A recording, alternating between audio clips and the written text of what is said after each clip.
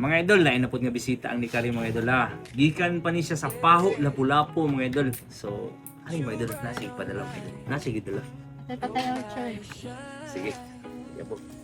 Sa merkado palang klaro ng sign. Kung going isgotan, Brian ang shine. Timbang sakto, presyo klaro.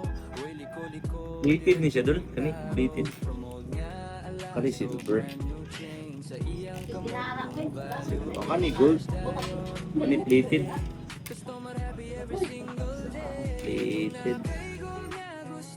Plated ka rin siya. Nasi tatak na yung 2.5. Naka-plated siya. Silver yun. Kaning coins dul, wala ni siya dul ha.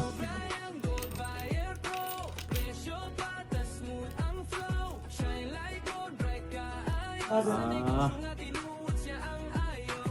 Dili siya gold. Bronze lang siya dul. Bronze. Ako ni po dili. Wala ni siya. So, mora ni siya ang silver dul o ang gold. So, check sa nato ng gold dul ha kung ano may nga ori.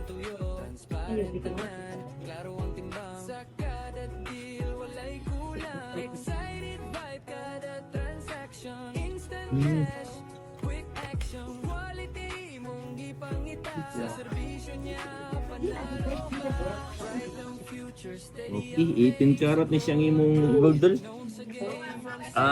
By the way mga idol, iya din ni siya ni Idol Nining.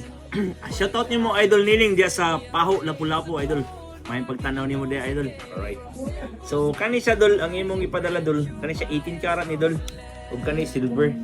So wala ni siya labot ang stone dol ha. Ato na ni siya ay kwan may na sa atong bato.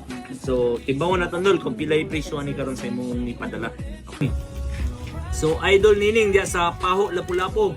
Ang imong silver dol ni halin siya og 1,050.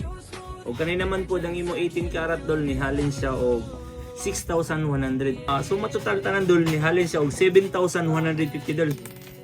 So dol, ngimo na lang gisugo ang akong pangutanan dol ha. 7,150 dol deal? Sige, Del. Mga idol, deal na. Alright. Yeah, True Brian online. Gold by your shine.